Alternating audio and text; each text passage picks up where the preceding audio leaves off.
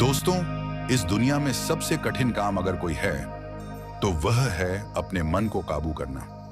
मन एक ऐसा घोड़ा है जो अगर बेकाबू हो जाए तो इंसान को गलत रास्ते पर ले जाता है, लेकिन अगर यही मन काबू में आ जाए तो वही इंसान जीवन में असंभव लगने वाली ऊंचाइयों तक पहुंच सकता है। एक बार किसी ने गौतम बुद्ध से पूछा, भगवान, मन इतना भटकता क्यों है और इसे काबू कैसे किया जा सकता है?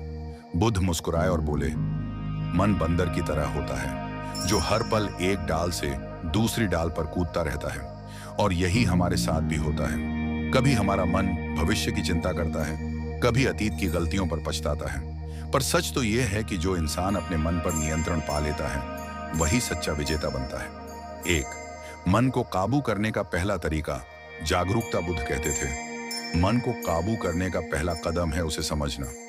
अक्सर हम अपने मन के गुलाम बन जाते हैं। अगर मन कहे कि अभी काम मत करो तो हम काम छोड़ देते हैं। अगर मन कहे कि गुस्सा करो तो हम तुरंत गुस्सा कर बैठते हैं। लेकिन जिस दिन आपने अपने मन को देखना शुरू कर दिया, उस दिन से आपका मन कमजोर पड़ने लगता है। मान लीजिए आपका मन कहता है, आज पढ़ाई मत करो, कल कर लेंगे। अगर आप उस समय खुद से कहें, नहीं, यह सिर्फ मेरे मन की चाल है, तो आप धीरे धीरे अपने मन के मालिक बन जाते हैं। दो, मन को काबू करने का दूसरा तरीका वर्तमान में जीना। बुद्ध का एक बहुत गहरा विचार था, अतीत में मत उलझो, भविष्य की चिंता मत करो, अपना मन वर्तमान में रखो।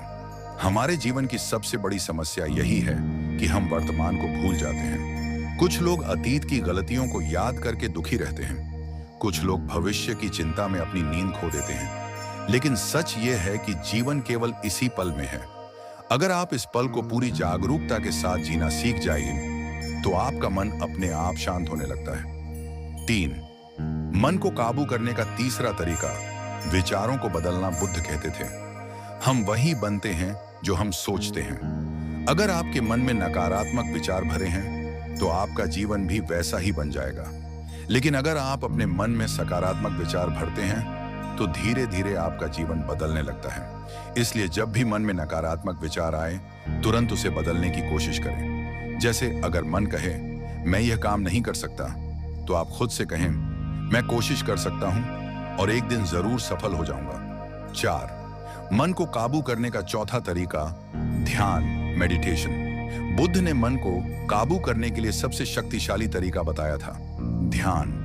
ध्यान का मतलब है अपने मन को शांत करना। जब आप रोज कुछ मिनट शांत बैठते हैं और अपनी सांसों पर ध्यान देते हैं तो धीरे धीरे आपका मन स्थिर होने लगता है। शुरू में आपका मन बहुत भटकेगा, लेकिन अगर आप रोज अभ्यास करते रहेंगे तो एक समय ऐसा आएगा जब आपका मन शांत हो जाएगा, और जब मन शांत होता है तभी इंसान सही फैसले ले पाता है। पांच, मन को काबू करने का पांचवा तरीका इच्छाओं को कम करना। बुद्ध कहते थे, मन की अशांति का सबसे बड़ा कारण है अंतहीन इच्छाएं।